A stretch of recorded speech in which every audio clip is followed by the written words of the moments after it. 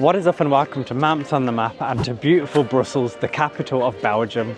In today's video we're going to be exploring all that this beautiful city has to offer. And of course, this being a Maps on the Map travel guide, we're exploring Brussels to the max, with some absolutely game-changing tips sprinkled throughout. The entire guide you are about to watch can be covered in 2 days, so it's perfect if you're planning a weekend away to the heart of Europe. So let's get on with my Brussels itinerary.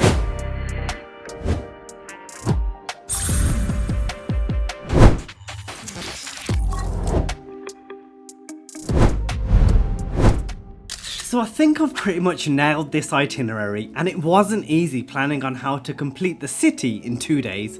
But lucky for you guys, your boy's got your back, as I've done the hard work so you really don't have to.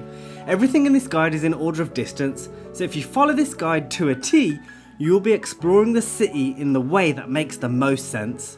Now Brussels, to my surprise, is actually really big, and so this guide is going to be split into 2 sections, North Brussels and Central Brussels. I decided to tackle North Brussels and half of Central Brussels on day 1, and the rest of Central Brussels on day 2, which spread things out nicely. But before I decided to get my sightseeing on, after a disgustingly early start to the day, like guys, I was up at like 3 AM to get an early flight from London. I'd highly recommend starting the day right with the most important meal of the day, breakfast, but things didn't go exactly to plan. So we just spent about half an hour queuing at a sandwich place called Coudenberg. It's basically got 4.8 stars on Google reviews with over 2,000 reviews, so it's probably one of the best sandwich shops in Brussels. It's like a delicatessen specialising in cheese, but the queue was just mad long, it wasn't moving at all.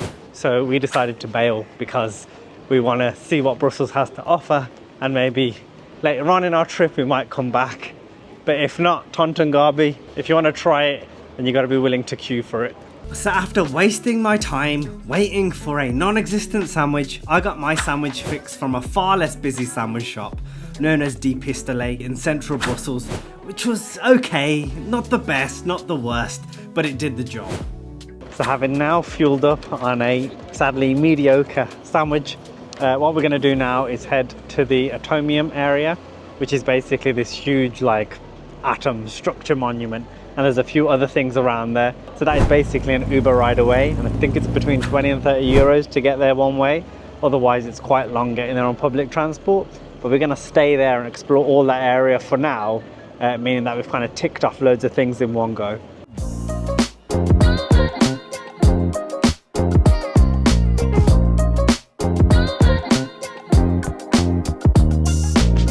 So about a 20-minute taxi ride from the centre of Brussels, so the city centre is this. This is the Atomium. It's a monument here in Brussels, and like in person, it's actually incredible. It is huge.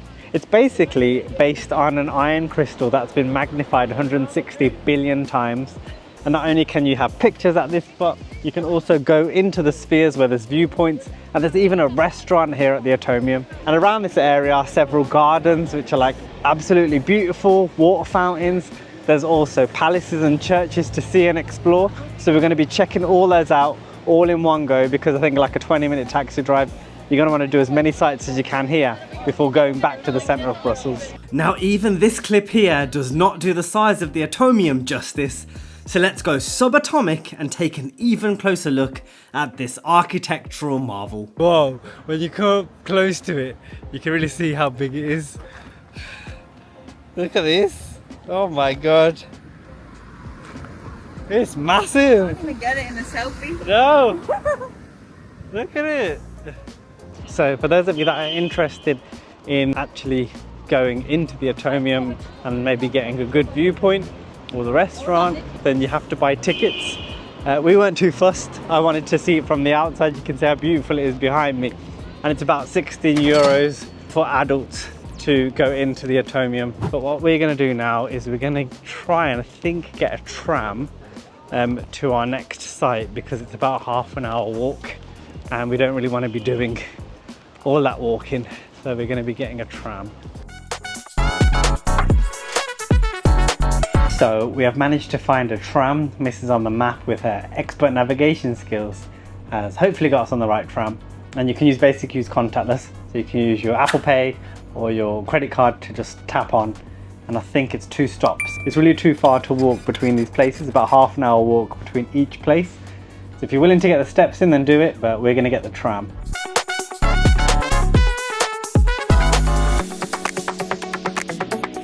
So basically, we're in Laeken Park. We got a tram from the Atomium to a then bus stop, and then got the bus here. All in all, it probably took, what, 15 minutes? Yeah, maybe. Wasn't that bad, and you can use contactless, so you can just tap on in when you get on the tram or the bus. It's really easy to get around as long as you've got Google Maps. So Google Maps is our best friend right now. So behind me is the Royal Castle of Laeken, but it's really set far back. There's these gates. You can kind of see through the gaps in between the gates and see this beautiful castle. But yeah, there's not much else in here. No, not really. So we're gonna find our way to the next point of view. Now I often refer to Mrs. on the Map as the chief navigator, as she gets us from place to place with ease, navigating Google Maps like an absolute wizard. You want to tell yeah. our friends the lowdown? So this whole area is Laeken Park. So Yeah. we're in the middle of it. Yeah, Then that's Chateau du Belvedere. yeah. And then that's the Castle of Laeken. But sometimes things don't always go to plan. So this is on the map. Got one of the monuments wrong. So what did you think it was? The something of Belvedere, right? It actually is the Monument à la Dynasty. That's what that thing is over there. I never realized how green Belgium is. I don't think it'd be this big. No. So like when we first took steps in Brussels, it low-key looked like New York. It was skyscrapers and huge buildings. I think that's because like we're staying near, I guess, like the business district, and then literally a short like 5-10 minute walk, you're in kind of the town centre where there's cobbled streets, like old school architecture. And now we're in like Laeken Park, which is just a nice little spot to chill, take some pictures. The weather's good. Loving Belgium at the moment, man. It's impressing me. So next on the itinerary is the Garden of the Chinese Pavilion. So yeah, it's basically a building that has Chinese influences, and it's not too far from where we are now.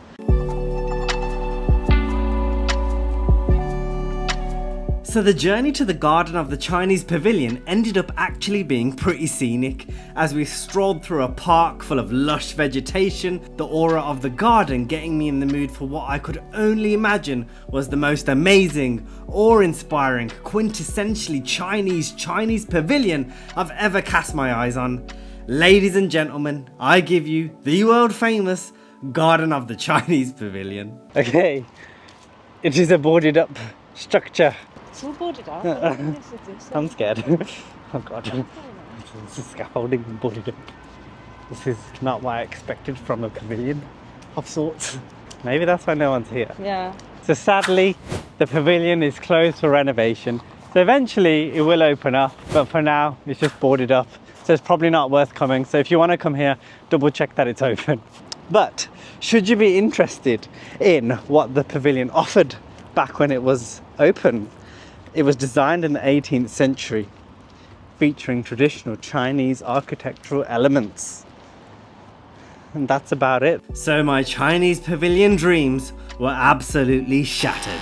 But the show must go on to the final stop of our North Brussels itinerary. Oh, and if you're enjoying this video so far, be sure to subscribe, as I will be creating guides to Bruges, Luxembourg, as well as a cheeky food tour or two, because the food in Belgium, oh my goodness, you will not be disappointed. I sure wasn't.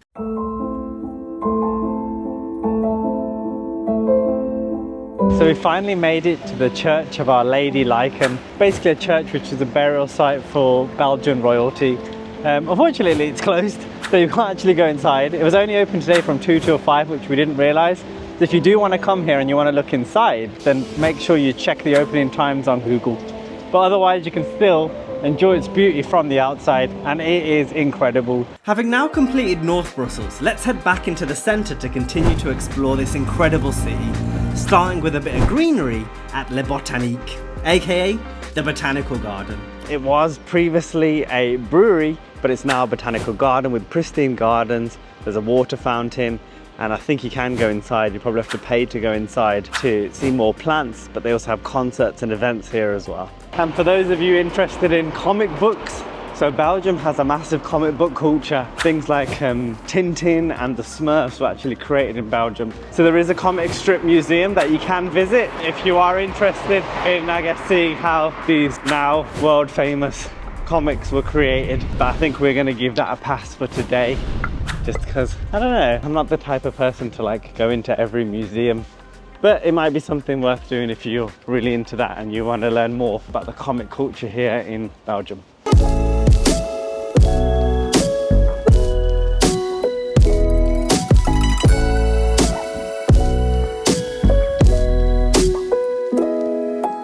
So behind me is the St. Michael and St. Gudula Cathedral. They were basically patron saints here in Brussels, and it's a beautiful cathedral and you have to go inside to witness this beauty with stained glass windows. There was a service going on which is extremely peaceful, and it's just like a massive towering cathedral here in Brussels. And if you get the chance, be sure to take a stroll by the cathedral at night as it becomes illuminated in a warm yellow glow, its aura lighting up the night sky. Now Brussels isn't all about the fancy architecture, atom-shaped structures and boarded up Chinese pavilions. No, the city is a shopper's paradise. So should you want to get in some retail therapy, nibble on some high-end authentic Belgian chocolate, or grab a Belgian waffle and take a break, I've got the spot just for you. So we're currently in the Royal Gallery of St. Hubert, and it's one of Europe's first covered shopping arcades. And it is beautiful in here, beautiful architecture. There's loads of shops, Belgian chocolatiers, jewelry shops. It's actually really long. There's a cinema. Yeah, it's huge. It's actually such a long walkway of shops. But it's really cool just to walk in here and just window shop, really. Sticking with the royal theme, next up we're heading to arguably one of the most incredible things to see in the whole of Brussels.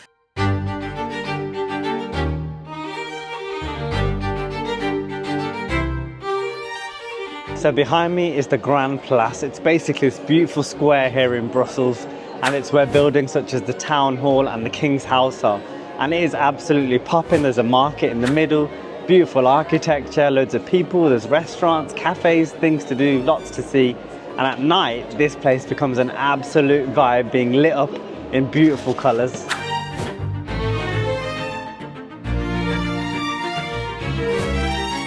Okay, and this is the Grand Place at night, and please, if there's one thing you do in Brussels, you have to see it in the night. It is beautiful, and like the pictures and the videos do not do it justice, how like incredible this is. And the Grand Place is actually a UNESCO World Heritage Site, and it's considered to be one of the most beautiful squares within Europe.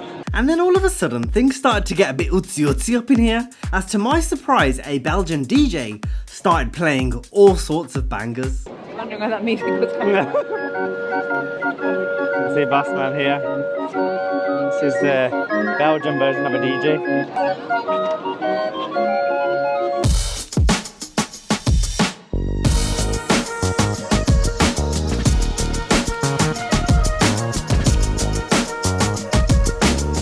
And next up, we're heading to Manneken Pis, which is what the name suggests.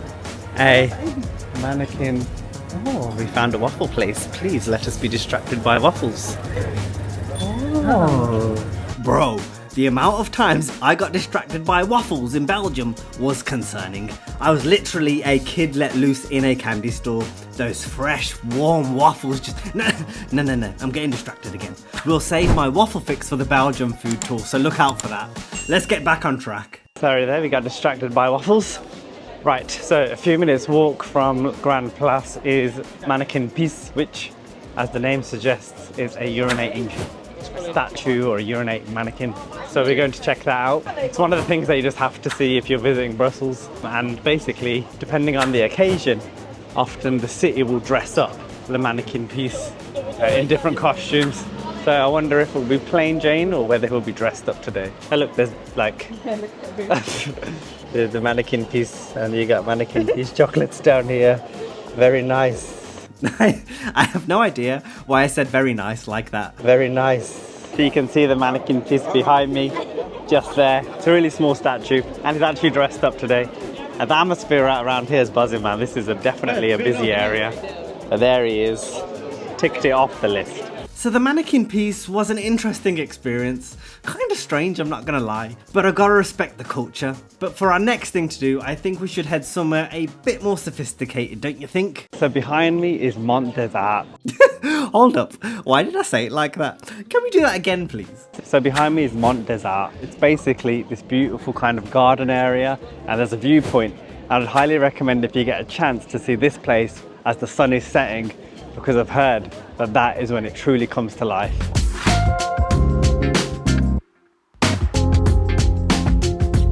So behind me is the Royal Palace here in Brussels, and it's basically the home of the royal family. They don't reside here all the time, but it's basically a beautiful building. It is huge and right next to Brussels Park, which is a good place to just chill, people watch, maybe have a picnic. But it's another thing that you can do here in Brussels. And so basically right next to the Royal Palace is the Coudenberg Palace, which is another historical site. But the Coudenberg Palace is a museum, so you can pay extra to go inside and have a look. And I believe that there's underground tunnels there as well. But we're gonna give it a miss. We've seen it from the outside and it's a beautiful building.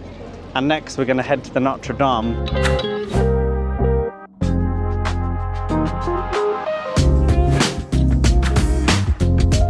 So we've just visited the Notre Dame here in Brussels. Another beautiful church, really peaceful inside. And what I love about these churches are the stained glass windows. They're just so like intricate and detailed and letting all the coloured light through. It's a really, really nice experience and definitely worth checking out. And the Notre Dame, although it looks quite small on the outside, when you go inside, it's actually massive, it's huge, and one of many beautiful churches here in Brussels. How have you found Brussels experience? Give me a review, go. I thought it would be. Because Yeah, same. people describe it as a bit meh. Yeah, I know, like the videos that you watch on Yeah, all the YouTube videos were are like, like, don't stay there Yeah. or go to Brussels then leave. But no, I think there's loads to do here. You can definitely spend a day or two here. And there is a lot of like culture and nice buildings, good food. It's quite a nice relaxed vibe. So yeah, don't sleep on Brussels, man. I definitely think you need to hit up Bruges. Definitely, that was like amazing. And Luxembourg if you've got time. But yeah, don't sleep on Brussels, my guys. Brussels is where it's at, it's popping. So there are so many little nooks and crannies and parks and benches where you can just chill and relax and take a break here in Brussels.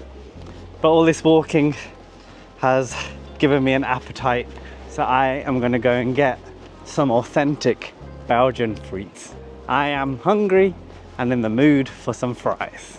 And that brings me nicely to the end of this Brussels guide. Next time on Maps on the Map, it's all about the food, as I'm exploring the whole city looking for the Belgian big three: frites, chocolate and waffles. You do not want to miss it. If you enjoyed the video, then leave a like. If you've got any questions about visiting Brussels, then leave a comment down below or DM me on Instagram for more. And as always, don't forget to subscribe for some more killer content. Till next time, peace.